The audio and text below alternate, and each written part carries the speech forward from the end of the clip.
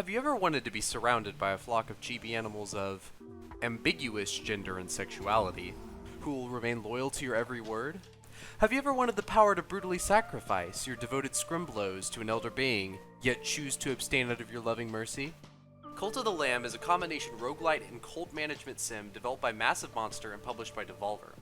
As of this video, the game is fresh off the presses at $25 US. I've been waiting for it to come out for some time now, and after several multi-hour sessions, I can cautiously recommend it. I won't be showing any footage that spoils the ending or specific story beats, as I'd rather focus on the mechanics, but I will give a brief spiel of the story anyway, just in case.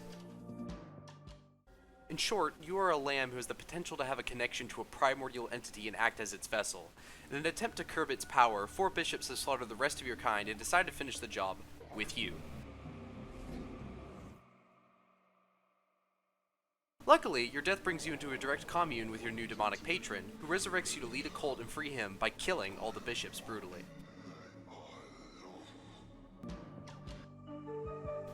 You'll meet some other colorful characters along the way to show you the ropes, give you quests, and sell you decorations and tarot cards, but more on that later.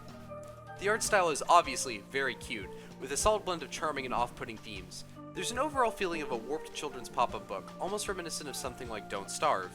The character designs are suited well to a demonic cult of woodland critters, and there's a shocking variety of animal models to choose from for your cultists. However, the placement of the mouse on some of these is a little off-putting given their head shape. The animations of the cultists are lively, albeit sometimes a little confusing as to how they reflect their needs and emotions. Monster designs are a little generic, with many spins on humanoid hooded cultists and giant worms, but it is always amusing to see bosses pop up into recruitable chibi forms after a fight. The sounds the cultists make are also, quite frankly, absolutely adorable, and surprisingly never get annoying no matter how many times you hear them.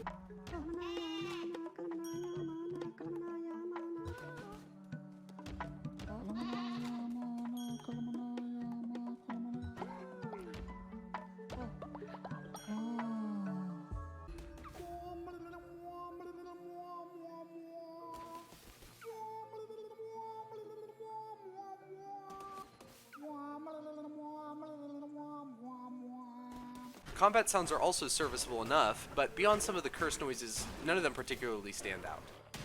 The music, on the other hand, is incredibly catchy and sets the mood very well.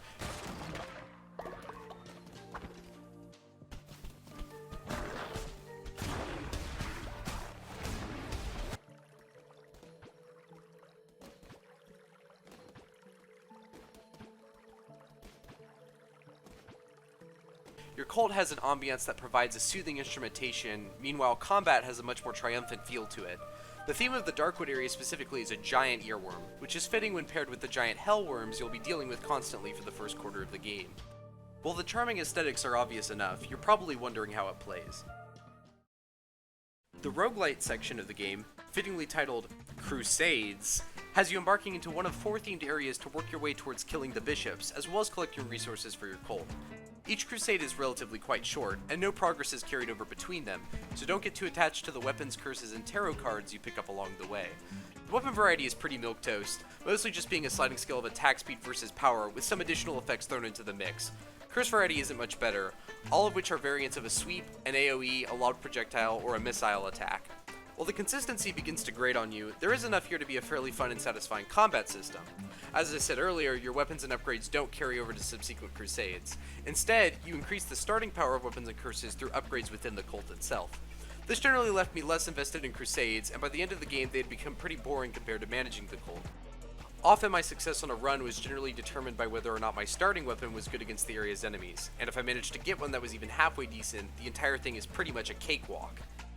Luckily, the difficulty is adjustable at any time, so if you're finding yourself mindlessly spamming left click, you can crank it up as much as you want. Tarot cards serve as the randomized upgrades on Crusades. Generally, you find specific rooms in which to choose between these cards, but I spent most of the game playing with a fleece that gives 4 at random, since choosing them eventually feels more tedious than just spinning the wheel right off the bat. Crusades also involve a branching path, which allows players to choose which resources to seek out, as well as combat levels with altered rule sets. After defeating the bishop of an area, you're given the option to play an expanded version of the area with increased rewards. You can also replay the bishop fight if you so choose by shattering its designated statue, but I saw little reason to do this. Still nice to have, I guess. Ultimately, the Crusades sort of feel like nothing more than padding to get to the good stuff, tending to a flock of devoted and loyal furries. running your Colt is by far the best part of the game. The level of customization is incredibly enjoyable, allowing you to change the species, color, markings, and even name of Coltists, and giving a large amount of room to breathe on building and decoration placement. You can even name your Colt whatever your heart desires. While your Cultists will start off incapable of even cleaning up their own shit, they will eventually, through construction and upgrades, become almost entirely self-sufficient. Much like Crusades, the Colt eventually gets significantly easier to manage, but the Cultists are such a delight to interact with, it doesn't become boring. By tending to your Colt and placating their needs and whims, you will earn their loyalty, which in turn will increase your power in Crusades and unlock new buildings and items. There's a variety of commandments and rituals to partake in, some significantly more useful than others. You can quickly convince your flock that eating bowls of grass for breakfast is an incredibly high virtue, psychosomatically manipulating them into scarfing it down without ever getting sick. This essentially means no one will ever go hungry again. Although you can sacrifice your followers for some cheap boosts in power, I never did. I am, after all, their benevolent ruler, and I must treat them with compassion and return the love they give for me. I'm really the polar opposite of a sociopath when it comes to colony management. Just as I cannot bring myself to force my colonists in RimWorld to engage in cannibalism and organ harvesting, so here I cannot bring myself to even be slightly mean to my devoted peons. And speaking of RimWorld, get ready to see the social unrest caused by not having enough beds. Mechanically, this is more emotionally devastating to your Colt than eating a bowl of feces or watching your friend keel over in front of you. Keep your Colt faithful, healthy, and full, and they will give you everything they can to empower you. Fail to do these things and, well, I'm actually not sure what happens because the colony management is very easy, and barring extreme neglect or malintent, I doubt you'll have very many problems. But no matter how advanced your colony gets, they'll still rely on you to make them hot, fresh grass soup, so don't stay away too long. And just for the hell of it, you can get married to any cultist you want once you unlock the proper ritual, which leads to an absolutely adorable interaction. However, just like my real wife, my kitty Colt lover can only tolerate one kiss a day before coldly rejecting me, so call it a wash. The intersection between the Crusades and the Colt is fairly interesting and does help to brighten up the otherwise more boring aspects of the two. It is a fascinating blend to interact with, and I hope updates in the future improve upon it. There is a roadmap on the main menu, but it's not exactly thorough. I'm hoping whatever comes in the future spruces things up in a more enjoyable way, as the base ingredients are all there for a great game. Besides slaughtering heretics and participating in pagan rituals, there's a few other things you can do to pass the time. Not even the messiah of an elder god can resist the siren song of a gambling addiction, although the low max bets in the Knucklebones minigame make it neither a good way to make money, nor enough to satisfy my crippling urge to buy lotto scratchers. There's also an obligatory fishing minigame, although it's about as bare bones as it can get. NPC interactions let you solve a variety of fetch quests in order to get new fleeces, which change the gameplay of Crusades. Some of them will also sell you new tarot cards, or blueprints for decorations for your Colt. Overall, there isn't much to do outside of the roguelite and Colt simulator aspects, but they're nice touches that round out the game. Unfortunately, the game is not without some incredibly frustrating bugs. I've personally experienced two. On Crusade, I've sometimes had the game not register that I'd cleared enemies from a room, which wouldn't allow me to progress and essentially soft-locked me unless I had the ability that let me recall back to my Colt at any point. In the Colt itself, none of my lumber yards ever destroy themselves when they're depleted, forcing me to manually remove them to make space, and also making it harder to tell when they're depleted. Overall, it's not entirely devastating, but I hope they get ironed out soon. I've heard some mixed opinions on the potential for replay value in this game, but I personally don't see much at this point.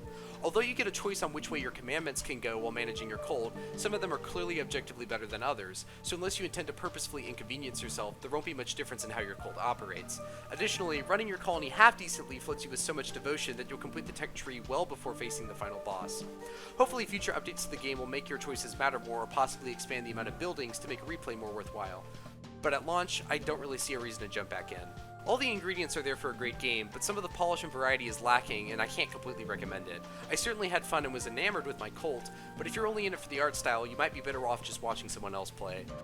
I hope the devs can pump out some good content updates in the future, but right now you should just wait for a sale. Cult of the Lamb. I liked some of it, but I didn't love all of it. Thanks for stopping by, and if you decided to pick it up based on my review, enjoy your adorable social engineering and manipulation. I know I did.